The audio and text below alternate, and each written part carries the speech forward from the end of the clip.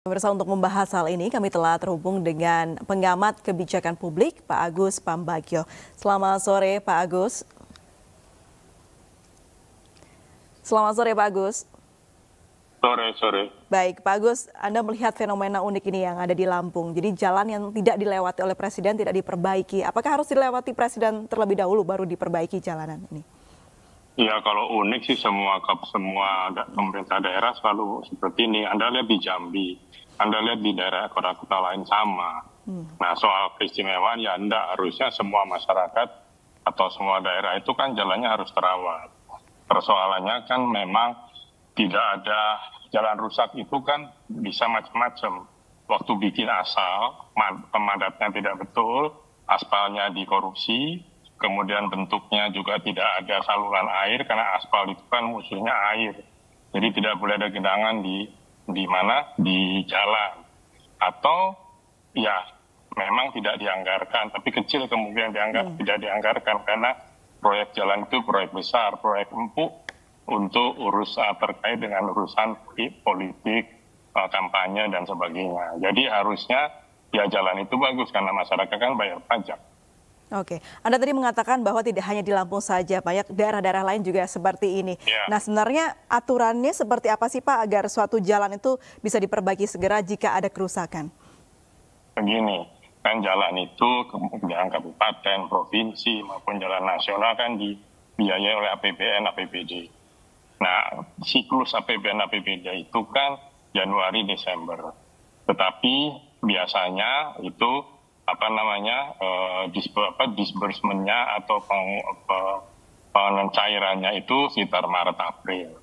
Nah, di situ anggaran itu sudah ditetapkan bersama DPR, DPRD, ya kan, sehingga itu sudah pasti ada. Nah, kemudian kan karena biasanya terlambat atau bisa saja mundur, tapi anggaran itu pasti ada. Persoalannya adalah apakah anggaran yang ditetapkan itu sudah sesuai dengan kebutuhan. Kan kalau tidak, ya pasti kualitasnya tidak baik.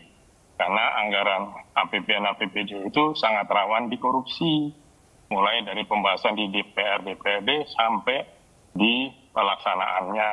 Nah, ini yang rawan. Kita sebetulnya kan punya BPKP yang mengaudit proyek, mengaudit keuangan. Lalu kita punya Satker, kita punya Irjen dan sebagainya ya.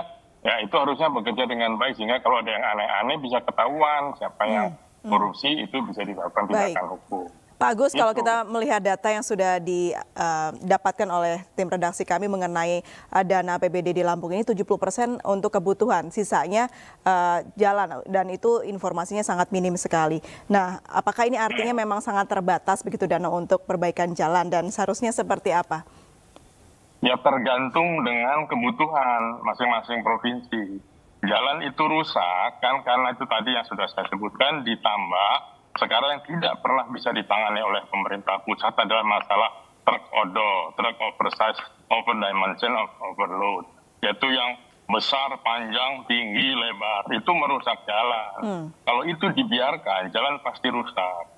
Nah, sisi lain, kalau jalan sering rusak, akan sering banyak proyek kan. Okay. Nah, di situ juga menjadi persoalan.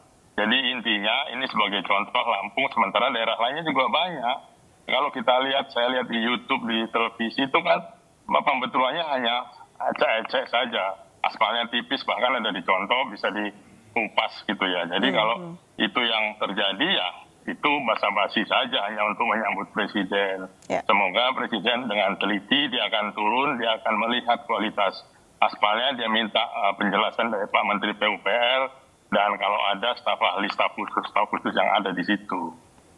Baik, sebenarnya tahapannya itu seperti apa sih Pak Agus untuk penangguhjawaban dari jalan ini? Apakah pemerintah daerah atau langsung PUPR atau seperti apa mekanisme tahapannya?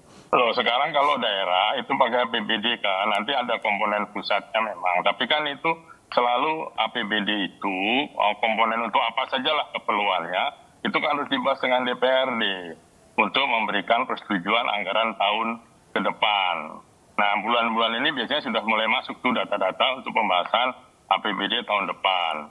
Nah, ini semua harus masuk di situ. Nanti ketika sudah disetujui jalan dia, lalu mulailah itu disburse, disalurkan ke dinas-dinas, lalu dinas-dinas melakukan tender. Sekarang sebelum dibagi tendernya sudah bisa dijalankan. Itu yang dilakukan oleh PUPR.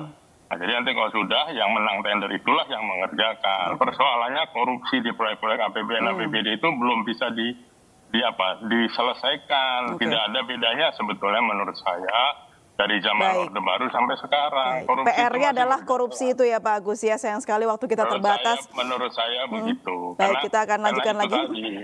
Ya. Baik, terima kasih Pak Agus sudah bergabung bersama kami. Selamat sore Bapak.